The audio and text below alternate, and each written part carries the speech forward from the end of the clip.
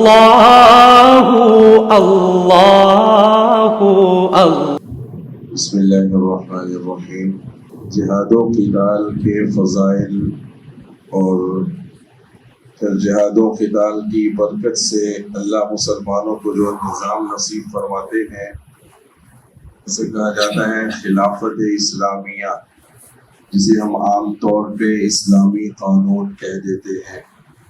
نبی صلی اللہ تعالیٰ علیہ وسلم نے 40 سال کی عمر میں اعلان نبوت فرمایا، 13 سال مکہ مکرمہ میں گزارے، 10 سال مدینہ منورہ میں گزارے۔ جب آپ صلی اللہ تعالیٰ علیہ وسلم کی عمر 55 سال تھی تب اللہ تعالیٰ نے 2 ہجری میں آپ صلی اللہ تعالیٰ علیہ وسلم پر جہاد کا حکم نازل فرمایا۔ سورہ الحج پارہ نمبر 17، اذن للذین یقاتلون بانہم ظلموا، یہ آیت نازل فرما کر مسلمانوں کو جہاد و قتال کی اجازت دی۔ آپ صلی اللہ تعالیٰ علیہ وسلم نے مدینہ منورہ میں ریاست مدینہ، جس کے نام کو آج بدنام کیا جاتا ہے، اللہ ہمیں اس کا حقیقی معنی اور مفہوم نصیب فرمائے، آمین۔ آپ صلی اللہ تعالیٰ علیہ وسلم نے ریاست مدینہ میں خلافت اسلام کے مقدس اصولوں پر مبنی ایک حکومت قائم کی، اور جب آپ اس دنیا سے پردہ فرما گئے تو تقریباً جزیرۃ العرب اسلام کے پرچم تلے آ چکا تھا۔ 9 لاکھ مربع میل آپ صلی اللہ تعالیٰ علیہ وسلم کی سلطنت، جس پر آپ صلی اللہ تعالیٰ علیہ وسلم نے حکومت قائم کی۔ جب آپ علیہ السلام دنیا سے گئے تو آپ کے بعد خلافت راشدہ کا روشن دور آتا ہے، جو آپ علیہ السلام کے مقدس ارشادات کی روشنی میں 30 سال پر محیط ہے۔ حضرت ابو بکر صدیق رضی اللہ تعالیٰ عنہ خلیفہ اول بلا فصل ہے۔ آپ رضی اللہ تعالیٰ عنہ نے 9 سے 11 لاکھ مربع میل تک اسلامی سلطنت کو پھیلایا۔ خلیفہ دوم سیدنا عمر رضی اللہ تعالیٰ عنہ تشریف لاتے ہیں، 22 سے 24 لاکھ مربع میل تک اسلام کا پرچم لہرایا۔ خلیفہ سوم سیدنا عثمان بن عفان تشریف لاتے ہیں، آپ نے 44 لاکھ مربع میل تک اسلام کا پرچم لہرایا۔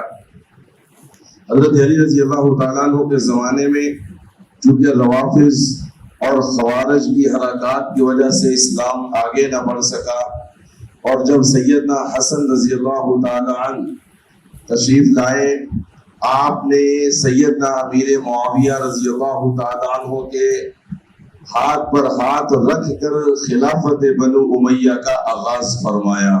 یہ حضرت حسن رضی اللہ تعالیٰ عنہ حقیقت میں خلافت بنو امیہ کے بانی ہیں۔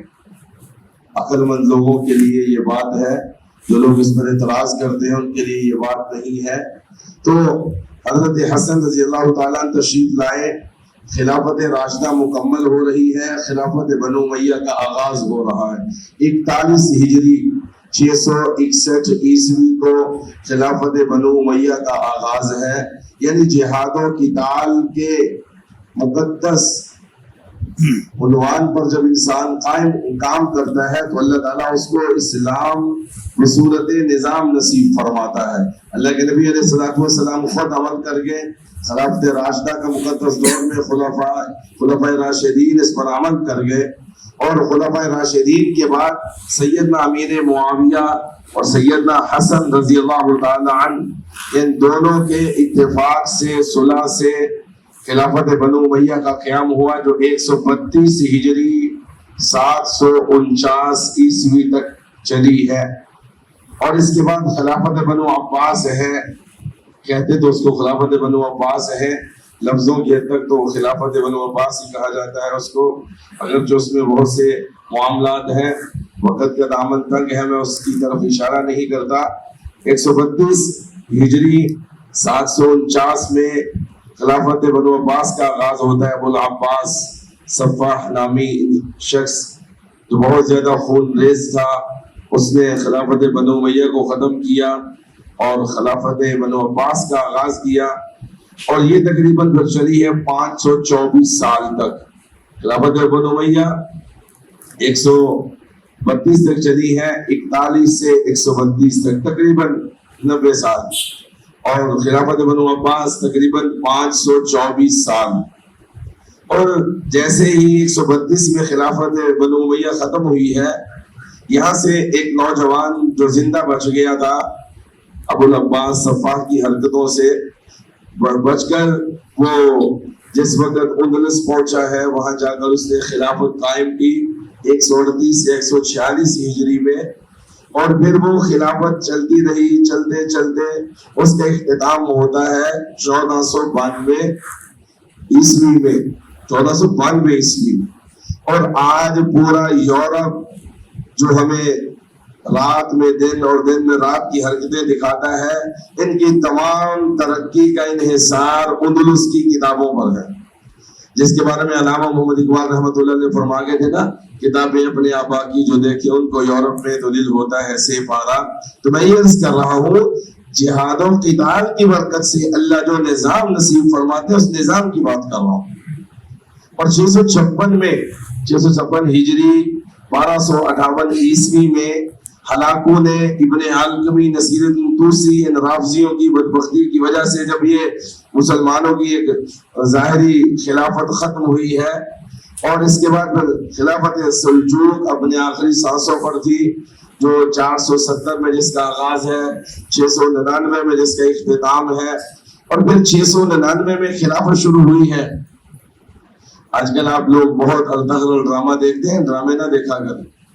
ڈراموں کے ذریعے نعوذ باللہ ثم نعوذ باللہ تاریخ سمجھنا، ڈراموں کے ذریعے نعوذ باللہ کسی نبی کی سیرت سمجھنا، بھائی یہ سمجھے کہ کفر اور اسلام ایسے ہوتا ہے کہ کوئی پتہ نہیں بندہ کب ادھر چلا جائے کب ادھر چلا جائے ان ڈراموں کو دیکھتے ہوئے۔ گناہ کبیرہ تو پنجابی میں کہتے ہیں نا بانٹتے ہوئے ہے، گناہ کبیرہ تو ہر صورت لازمی ہے ان میں، اس لیے ڈراموں سے تو لازمی بچنا ہے، فلموں سے لازمی بچنا ہے، جو کسی نبی کے بارے میں نعوذ باللہ اس سے تو فرض ہے بچنا، اس سے تو فرض ہے بچنا۔ تو 699 میں عثمان خان نے آ کر خلافت عثمانیہ کا سنگ بنیاد رکھا، اور پھر یہ خلافت چلی ہے 1342 ہجری تک، اور 923 ہجری تک، جسے ایک صدی سے زیادہ ہو گیا ہے ختم ہوئے۔ ابھی تک سوائے افغانستان کے تقریباً 1997 سے لے کر 2001 تک وہ جو عمر ثالث امیر المومنین ملا محمد عمر رحمۃ اللہ علیہ نے جو خلافت قائم کی تھی، اس کے علاوہ پوری دنیا میں کہیں پر کوئی خلافت کا ڈھانچہ پیش نہ کیا جا سکا۔ تو عرض یہ کر رہا تھا، گفتگو کو سمیٹتا ہوں، کہ جہاد و قتال کے بدلے میں اللہ جو نظام نصیب فرماتے ہیں، گفتگو یہاں سے شروع ہوئی تھی کہ دین کا ایک ایسا شعبہ ہے جب تک مسلمان اسے تھامے رکھیں گے تو دین تمام شعبوں میں زندہ رہے گا۔ ختم نبوت کے لیے الگ جماعت، صحابہ کے لیے الگ جماعت ہے جی، دعوت و تبلیغ کے نام پہ الگ جماعت، سیاست کے لیے الگ جماعت، جہاد کے لیے الگ جماعت، پھر یہ سب ختم ہو جائے گا۔ پھر امیر المومنین ہوں گے، اور امیر المومنین کی ایک مختصر سی شورا ہوگی، جس کی مثال دیکھنا چاہے تو آج ہم وہ بھی کسی نہ کسی تناظر میں دیکھ سکتے ہیں۔ تو ہمیں یہ معنی سمجھنا ہے، بغیر ڈر کے، بغیر خوف کے، ہاں لیکن سمجھنا ہے اصلی معنی اور مفہوم۔ بندوں کا بتایا ہوا ہے جی، کسی پیسے بانٹنے والی قوم کا بتایا ہوا، ڈالر تقسیم کرنے والی قوم کا بتایا ہوا، نہ ہم جہاد مانتے ہیں، نہ خلافت مانتے ہیں، نہ اسلامی نظام مانتے ہیں۔ جو اللہ اور اللہ کے رسول صلی اللہ تعالیٰ علیہ وسلم نے ہمیں نظام بتایا، سکھایا، جو جہاد و قتال بتایا اور سکھایا، جو مسلمانوں کے لیے تو رحمت ہے ہی ہے، کافروں کے لیے بھی رحمت ہے۔ تو اللہ تبارک و تعالیٰ مجھے اور آپ کو جہاد و قتال کا صحیح معنی اور مفہوم سمجھ کر اسلامی خلافت کا صحیح معنی اور مفہوم قوم کے سامنے پیش کرنے کے بعد اس کے لیے عملی کوششیں کرنے کی توفیق نصیب فرمائے۔ آمین۔ الحمدللہ رب العالمین الرحمن الرحیم مالک یوم الدین اللهم صل علی محمد النبی الامین وعلی آلہ وسلم تسلیما اللهم انا نجعلك في نحورهم ونعوذ بك من شرورهم